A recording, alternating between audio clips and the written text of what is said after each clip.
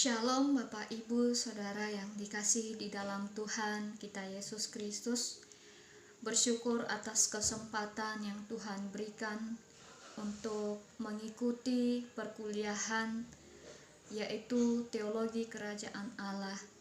Dan kami sangat diberkati oleh Bapak dosen yang mengampu mata kuliah tersebut.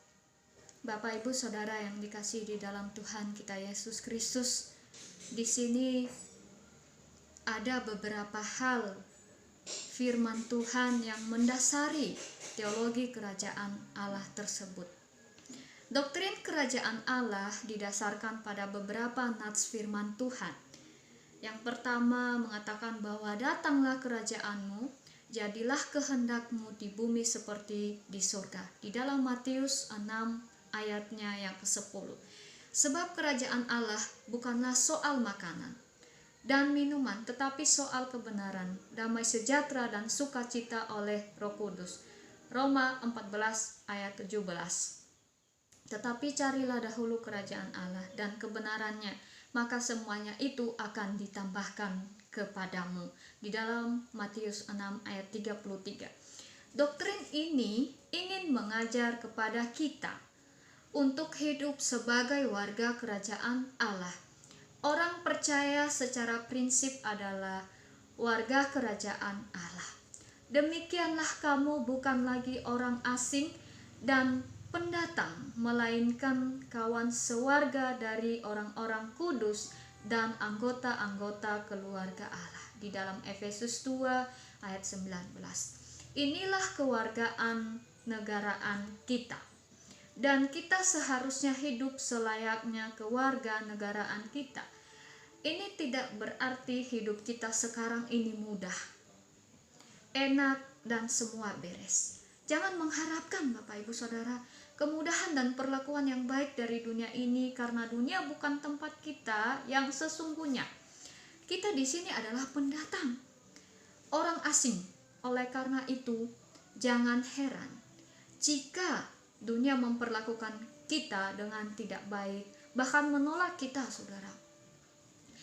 Kita akan mengalami banyak penderitaan dan ujian dari dunia ini. Hal ini untuk menyatakan bahwa kita layak sebagai warga kerajaan Allah, yang menyatakan bahwa kamu layak menjadi warga kerajaan Allah. Kamu yang sekarang menderita karena kerajaan itu. Bapak, Ibu, Saudaraku yang dikasihi dalam Tuhan Yesus Kristus, setiap orang percaya harus hidup sebagai warga kerajaan Allah. Kita harus tunduk dan mengikuti hukum kerajaan ini. Konsep kerajaan Allah. Ada beberapa pandangan mengenai hal ini. Pertama, pandangan Gereja Reform mengatakan para reformator lebih menekankan makna rohani dari kerajaan Allah, di mana kerajaan Allah adalah gereja yang tidak terlihat, gereja yang di mana Kristus adalah raja dari kerajaan Allah yang memiliki kekuasaan secara absolut. Dan para pengikutnya telah dibebaskan oleh kuasa sang raja dengan tujuan hanya menyembah sang raja.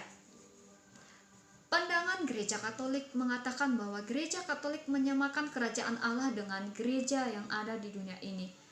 Melalui hierarki gereja, Kristus diwujudkan sebagai raja dari kerajaan Allah. Ruang lingkup kerajaan adalah sama dengan batas kekuasaan dan kekuatan gereja di dunia ini. Pandangan Gereja Liberal mengatakan bahwa pandangan ini dikembangkan lebih secara moralitis, sehingga kerajaan Allah disamakan dengan tersebarnya damai, kasih, dan kebenaran di dunia ini. Di dalam konsep kerajaan Allah dalam Perjanjian Lama, konsep kerajaan Allah ini tentu tidak asing bagi kalangan Yudaisme yang pada saat itu yang memang erat memegang Perjanjian Lama. Bapak Ibu Saudara, pada umumnya para ahli setuju bahwa kerajaan Allah yang berkembang dalam Yudaisme bukan dalam makna area kekuasaan atau sebuah teritorial dengan seorang raja yang memerintah atasnya. Kerajaan Allah juga tidak boleh dipahami dalam pengertian modern seperti halnya kekaisaran Jepang atau konsep kerajaan Inggris, kingdom. Frasa ini bertendensi simbolis saja. Nah, kata Ibrani untuk kerajaan Allah adalah malkut, ya. Seorang ahli perjanjian baru yaitu C. Hadodi mengatakan bahwa malkut merupakan kata benda abstrak yang dapat berarti kedudukan atau martabat raja, kuasa pemerintahan atau kedaulatan, atau secara sederhana ia mengartikan the malkut of God, kerajaan Allah sebagai tahta raja. Bapak, Ibu, Saudaraku yang dikasihi dalam Tuhan Yesus, dengan demikian frasa kerajaan Allah dapat diartikan yaitu pemerintahan atau kedaulatan Allah berbeda dengan kerajaan kekuasaan duniawi. Dari dua definisi ini terlihat satu pengertian yang sama bahwa kerajaan Allah sama sekali tidak menunjuk kepada sebuah lokasi atau tempat yang istimewa dan penuh dengan kebahagiaan. Jadi dalam perjanjian lama, Bapak Ibu Saudara yang dikasihi di dalam Tuhan Yesus, kerajaan Allah merupakan panggilan imamat bagi Israel untuk masuk dalam ketaatan mutlak kepada Tuhan dan menjadi model bagi bangsa-bangsa kafir.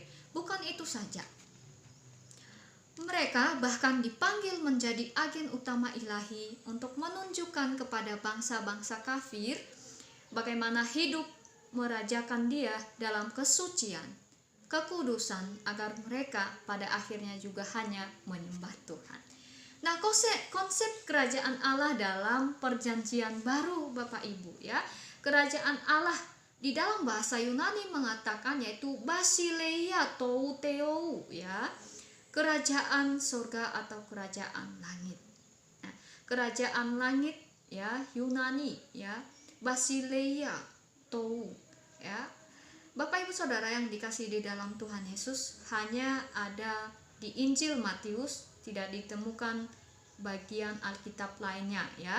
Bagi orang Yahudi, kata Allah sangat sakral untuk digunakan secara sembarangan atau terlalu sering. Oleh karena itu, Matius yang menulis kepada orang Yahudi lebih sering memakai istilah kerajaan surga atau kerajaan langit.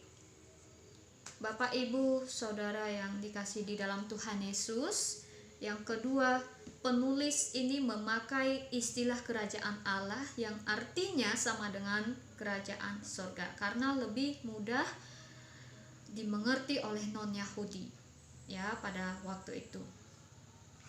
Pemakaian istilah kerajaan surga oleh Matius disebabkan kecenderungan Yahudi tidak mau menyebut langsung nama Allah.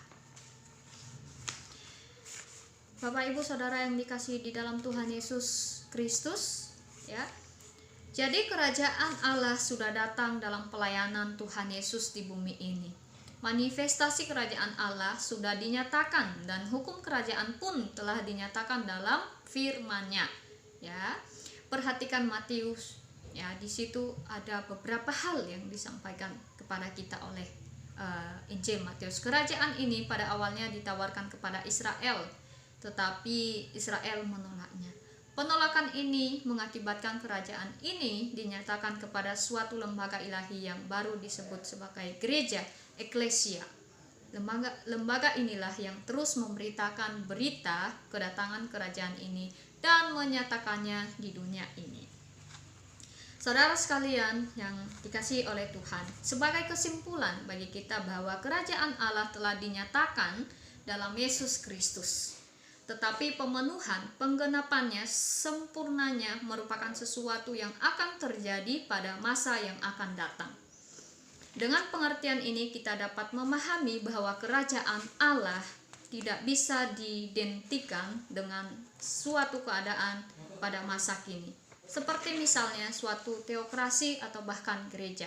Karena penggenapannya bukanlah pada masa sekarang ini. Namun dengan pengertian ini, ada alasan untuk bersukacita dalam keselamatan yang diberikan oleh Allah bagi manusia, dan bersukacita dalam pengharapan akan penggenapan janji Allah akan kerajaannya, yaitu ketika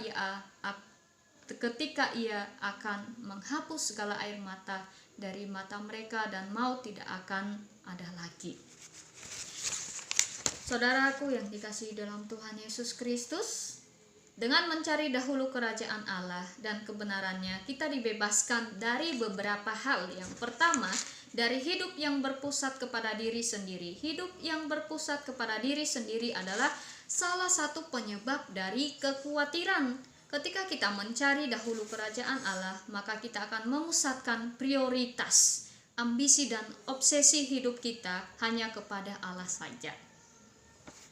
Kedua, dari arah hidup yang salah. Arah hidup yang salah terjadi ketika seseorang tidak bisa membedakan lagi mana yang tidak penting, yang kurang penting, dan yang penting menurut sudut pandang Allah. Ketika kita mengarahkan hidup kita untuk mencari dahulu kerajaan Allah, maka banyak hal yang tadinya kita pikir kita membutuhkannya, karena menurut kita penting, ternyata kita sadari bahwa kita tidak membutuhkannya. Yang terakhir, yaitu dari mengabdi kepada Tuhan yang salah. Banyak orang Kristen tetapi Allahnya adalah Mamon, bukan Kristus. Mereka menjadi penyembah berhala sekaligus mengabdi kepada Tuhan Yesus. Dalam Matius 6 ayat 24, Tuhan Yesus dengan tegas berkata bahwa kita tidak bisa mengabdi kepada dua Tuhan. Kita diperintahkan untuk memilih mau mengabdi kepada siapa, Tuhan atau Mamon. Kita hanya bisa memilih salah satu saja. Dalam proses pencarian dahulu kerajaan Allah diperlukan adanya kesetiaan dan ketaatan mutlak pada Kristus, Sang Raja Kerajaan. Pada saat kita sungguh merajakan Sang Raja Kerajaan, kita menyadari bahwa diri kita ini hanyalah seorang hamba Kristus Yesus dan bukan yang lain. Saudara yang dikasihi di dalam Tuhan Yesus Kristus, marilah kita menyatakan kerajaan Allah itu di dalam dunia ini, sehingga kita menjadi saluran berkat bagi sesama kita. Amin.